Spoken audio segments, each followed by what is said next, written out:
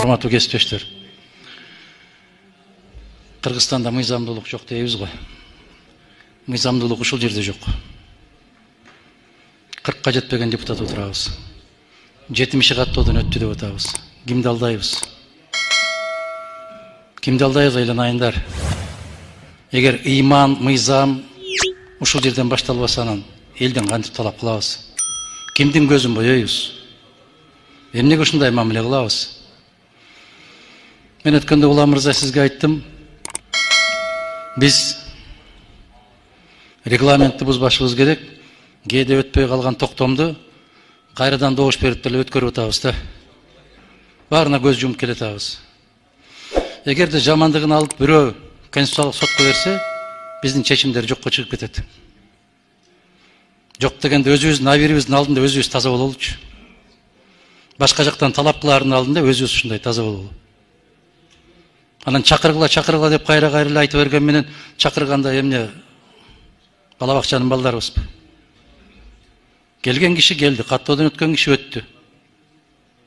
Менимче жакшы эмес, 40 киши отуруп алып, мамлекеттин тагдырын чечип атабыз деген бул туура эмес болуп калат. Ушуну карап койсоңор. Бүтүн Кыргызстан Мадумаров. Мен ушуну тактап койгум келет да, регламент эмне себептен алып атабыз? Шунун түшүндүрмөсү барбы? Бирөө жарым түшүндүрүп бере алабы? Эмне үчүн? Биз биринчи күндөн баштап ушу регламент менен иштешибиз керек эле. Тилекке каршы 6 ай созулуп кетти. Регламентти кабыл албаган парламент башка мыйзамдарды кабыл алууга кудуреттүү болобу? Өзүнүн регламентин өзү кабыл албаган парламент бул эмне болгон парламент?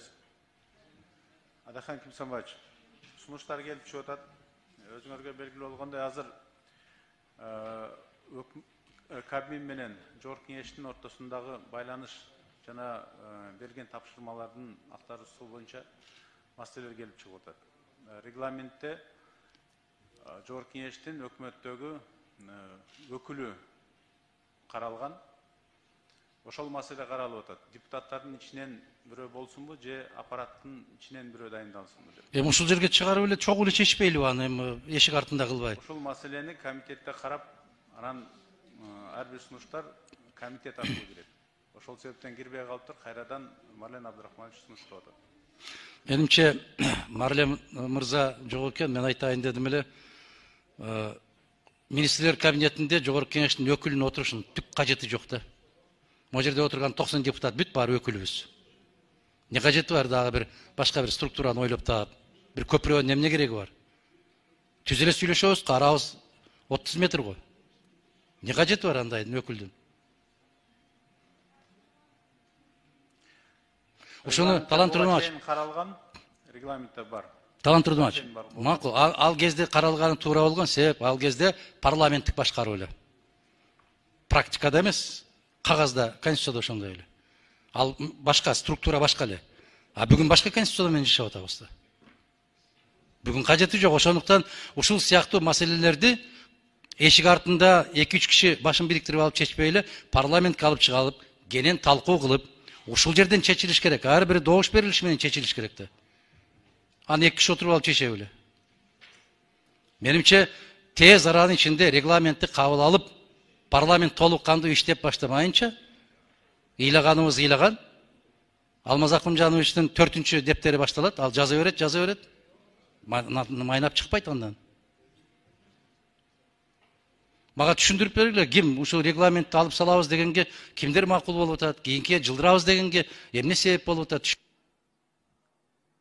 Бүтүн Кыргызстан Мадумаров, урматтуу кесиптештер, какшатып кайра айткандан пайда чыкпай турган болду. Ошондуктан бул өлкөдө мыйзам жок, бул өлкөдө өкмөт жок, бул өлкөдө мыйзам бийлик жок деп айтып атканым. Мына жаздын бир күнү кыштан чыгарат дегенде биз быйыл канчалык дыйкандарды эзип атканыбызды билбей атабыз да.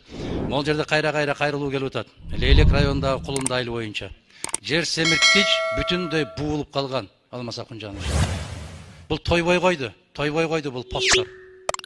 Мына жерден кайра жазып атат. Губернатор жооп берип атат. Бүгүн точка коем. 24 майдан бери ушул абал болуп атат. Айыл чарба министрлигинин расмий түрдө жообу турат бул жерде.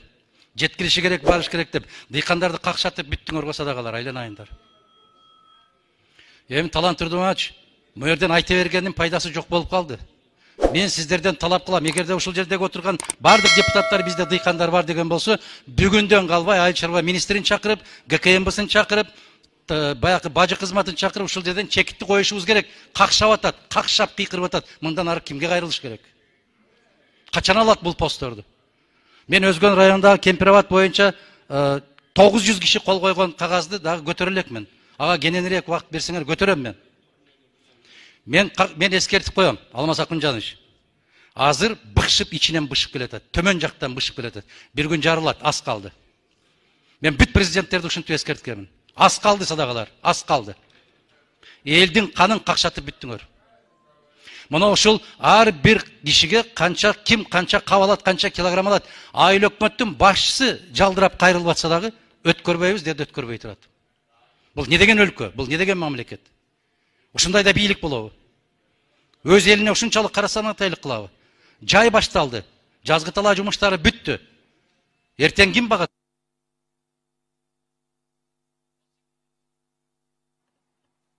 Кошпоолу убакыт. Мына ушул жагдайга талантырдымач. Мен урматтуу депутаттар барыңарга кайрылам. Азыр мына күн тартибине кезексиз киргизип, тийиштүү кишилерди могул жерге чакырбай турган болсок, жайды жайлай бийлегендер кышта кандай кылчылдап ыйлаганын көрүп атабыз. Ушуну бүгүн карашыбыз керек. Башка күтөргө убакыт жок. Эске алсак, рахмат. Мунун жакшы жагы бар, муну тайманбай сүйлөйт. Президент эмес, акимге да айта албайсың, айыл өкмөткө да айта албайсың. Кулил хакка ва инкана мурран. Чындык сөз ачык болсо да айткын, анан акыйкатка чыгат. Эгер мындай кишилер болбосо азыр болбойт, сөзсүз болуш керек. Максат бул кишиден таалим ал. Илим бардык адамда бар. Керек болсо сен көчөдө жүргөн бир дарбиште да илим болушу мүмкүн, сен билбейсиң аны. Аны билген нерсени билбе. Медреседен чыкканда кыскасы мен кыйынмын, мен Куранды мындай сөзмө-сөз котором, же хадисти билем деген сен бой көтөргөн бул шайтан эмес. Сен канча илим алсаң, жөнөкөй, карапайым, жөнөкөй болгон. Туура. Бул киши дагы мындай келип турсун. Көбүрөөк келип турсун, бизге дагы биздин ушу балдар саясатчы болушу. Мен саясаттан да азыркы шарият саясаттан да тазадым, башка саясаттан тазадым. Мен ушуну рахмат дамына, мен ушуну киргенде эле балдарга айттым да, негизги жолугууда максатыңар эмне максатта чакырдыңар, кандай максатта сүйлөшкүңөр келет деп ушул сөздөрдү айтып атам. Мен балдарга мындай бир башынан берки эле бир сөздү айтып келатам. Окугула деп атам да балдар, окугула, окуган киши аз да. Окуган киши аз. Окуган киши өтө аз. Мына бул китепти сурадым, 3 киши кол көтөрдү, бир китепти сурадым, 5 киши кол көтөрдү. Кайсы китептер биз билебиз, билбей турган китептен сурабыңыз. Ошо шарий китептерден сурадым. Мына ошондой нерселердин бардыгын окуп туруп, заманга шайкеш жашаш керек. Заманга туура келиш керек. Көз караш туура келиш керек. Биз мыкты артыбыздан элди ээрчитип кете турган молдо болобуз дей турган болсоңор, силер ушундай болушуңар керек. Химияны мыкты билишиңер керек. Физиканы, тарыхты, адабиятты, географияны, бардык философияны мыкты өздөштүрсөңөр, себеп көрүп атасыңар го. Дарыгер менен дарыгердин тилинде, дыйкан менен дыйкандын тилинде, имам менен имамдын тилинде, окумуштуу менен окумуштуунун тилинде, тилчи менен тилчинин тилинде.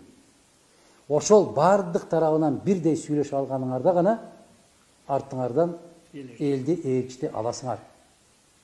Эгер силер акыл насаат айтабыз десеңер, ошолор билгенге караганда силер бир 2 эсе көбүсө билсеңер, ошондо силерге там берет дагы артыңардан ээрчип баштайт.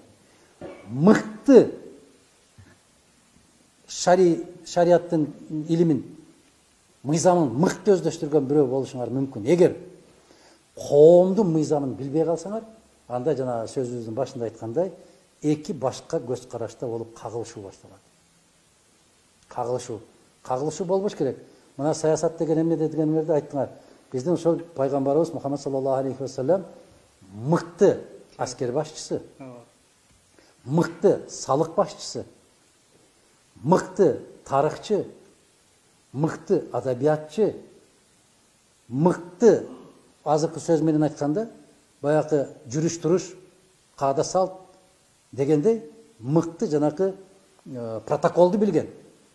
инсан. Мен бекер айткан жокмун жана. Ар бир падышага өзүнө жараша кат жазган, Рум падышасына өзүнчө жазган катты, Мисыр падышасына өзүнчө жазган катты, Эфиопияга падышасына өзүнчө жазган катты. Эмне үчүн? Себеп ар бир падышанын кулк мүнөзүн, анын каада салтын, анын билим, илим даражасын эске алуу менен жазган. Ана ушунун өзү дипломатия. Мыкты дипломат, мыкты аскер башчы. Болбосо кантип 3000 куралы бар Рум аскерини 330 сахаба менен кантип жеңиши мүмкүн? Булардын колунда жалаң жебе, кылыч, найза, башка эч нерсе жок. Алар атчан, соутчан, найзасы да, кылычы да, бүтүндөй бар курал жарагы бар. Алар дасыккан аскерлер. Эмне үчүн? Биринчиден Аллахтын өзүнүн көмөгү, периштелердин көмөгү, Аллах жиберген. Экинчиден пам парасат, акыл. Мана бир гана нерсени көрдүңөр, жеңишке жетиштик деп Охот тоосунун алдында, не болду? Бир гана сөзүн унутуп, ошону кармабай койгон үчүн не деген азап тартышты. Ошон үчүн жигиттер, мен айткандай кыргыз адабиятын дагы окугула. Кыргыз тарыхын окугула. Бүтүндөй тарыхты окурдан башта, мен жана айттым, Имам Бухари каяктарга барып, качан келген, кантип келди. Мына кечеги эле бизге замандаш болгон Накшбанди. Ким окуду ушуну? Мына көрдүңөрбү балдар? Ошол Накшбанди кандай азаптарды көрүп окуп келди ушул Индияга барып. Не деген азаптарды чекти? Экинчи аты Индустани, туурабы? Дамла. Карагыла. Эми карасаңар, ушул баланын бир 7-8 жаштагы бала экен, бүт тапкан байлыгы, бир гана байлыгы бар экен, бир китеп. Эми карап тургула. Ушуну окууга жиберип атканда атты мингизип алып, атасы учкаштырып алып, поезд вокзалга чейин жеткирем деп кетип бартып, аябагандай көп мындай узун жол дейт, узак жол дейт. Бир ошондо кетип бартканда энеси байкуш буларды узатып коюп, алар ушул жерден мүмкүн бир Сокулукка чейин барып калгандыр. Же Шопоковго чейин барып калгандыр. Үйүндө баягы баласынын китебин калып калганын көрүп, ошол китепти колтугуна алып туруп жүгүрөт да аркасына. Жүгүрөт. Кайсы бир жерге барганда ошол ат баспайт да. Атасы ары чабат, бери чабат, баспайт. Эч баспай коет. Ошо баспай туруп алат, таң калыштуу болот да. Ошол энеси жетип жүгүрүп келгенге чейин ат ошол жерден жылбай коет, баспай коет. Жетип келип колуна китебин берип, мына китепти унутуп коюпсуң деп, Куран китепти унутуп коюпсуң деп колуна бергенден кийин анан ат басып кетип атат. Мен жана сөзүмдүн башында айткан интизарлык. Аллахка шунчалык интизар болуп суранган болуш керек. Мага билим бер, мага илим бер, мага ушундай даражамды көтөр деп суранган болсо керек, ыйлаган болсо керек жаш саби бала. Ошонун дуасы кабыл болуп, атка дагы буйрук берилип, атты бастырбай туруп атат китеп келгенче. Окусаңар, бардык нерсе ниетте. Бир дуа бергин mesela. Сиздин алдыңызда Бери бергенсиз. Сиз эле. Амин. Бисмиллахир-рахманир-рахим. Алхамдулиллахи rabbil alamin ve l'aqibatu lil muttaqin ve salatu vesselamu ala rasulihi Muhammad ve ala alihi ve sahbihi ecmaîn. Amin. Allah'ım şuldurda amin деп алакан жайып отырган момун мусулмандардан каалаган тилектерин намаздарда, дуаларда кылган тилектерин, орозо кармап атып, ооз ачып атканда кылган тилектерин, эрте менен туруп багымдат намазындагы 5 маал намаздагы, түндө туруп тахаджуд намазындагы кылган дуаларын Аллах субхана ва таала өздөргө айында кабыл кылган болсун. Жараткан Аллах ушул дүйнөгө кандай максатта жараткан болсо ошол максатта жашап өтүүчү сүйүктүү кулдарынан кылсын. Аллах таала эл карап жүргөн жүзүңөрдү эч качан жер каратпасын. Я Рабби аламин, жараткан өзүнөн башка эч кимге муктаж кылбасын. Жараткан Аллах ар кандай асман жерден келүүчү балалардан, курдоо матчалган жалалардан, суук көздөрдөн, жаман сөздөрдөн, шайтандын, напсинин азгырыктарынан Аллах таала өзү сактаган болсун. Эки дүйнө шермендечилигинен сактаган болсун. Эки дүйнө өз рахматына бөлөгөн болуп, өзүнүн кандай максатта жараткан болсо ошол максатта жашап өтүүчү сүйүктүү кулдардан кылып, Бул дүйнөдө көргөн жыргалчылыктарымдагы, бул дүйнөдө көргөн жамандыктарымдагы Аллах Таала ахиретине bir пайдалуу иштерге себепчилерден кылган болсун. Аллах Таала ар кандай балалардан сактап, ахиретин берип, эки дүйнө рахматына бөлөнгөндөрдүн катарында кылышты насип эткен болсун. Ушул жерде окутуп аткан устаздардын дагы ар биринин кылган дуалары кабыл болуп, ошол силер себепчи болосуңар иншалла. Силер түздөн түз каары болуп чыккан болсоңор, бүтүндөй сооптор ушул кишилерге тийип турган болсун. Бул кишилердин жасап аткан иштерине Аллах Таала күч кубат берсин, барака пайыз берсин. Ушулардын ар бирин жасап аткан иштерини биздин мамлекетибизге, элибизге, дини исламга пайдалуу кылган болсун. Ошол иштериндеги пайда болгон соопторду берекелүү кылып, ахиреттеги сооп иштериндеги таразасын басканга себепчилерден болгон болсун. Аллах Таала өзүнөн башка эч кимге муктаж кылып кар кылбасын, өзү бирөөнүн көзүн каратпасын. Rabbana atina fid dunya hasanatan wa fil akhirati hasanatan wa qina azabannar. Birahmetika ya arhamar rahimin. Allah. Çok rahmet. Ийгиликтерде, жакшылыктарда жолугушалы. Bismillahirrahmanirrahim. Бүгүн өтө жакшы сабак өттү. Анткени Адылхан Мадуаров бизге диний жактан дагы, саясат жактан дагы бизге бир чоң үлгү боло турган киши экен. Ошону белгилеп кетсек, жана бул жерде бардык нерсе, көптөгөн нерселерди билдик, жакшы нерселерди үйрөндүк. Кайсы тармактан болсун, кайсы жактан болсо дагы колдон келишинче биздин жоопторго суроолорду берди. Чоң рахмат айтабыз.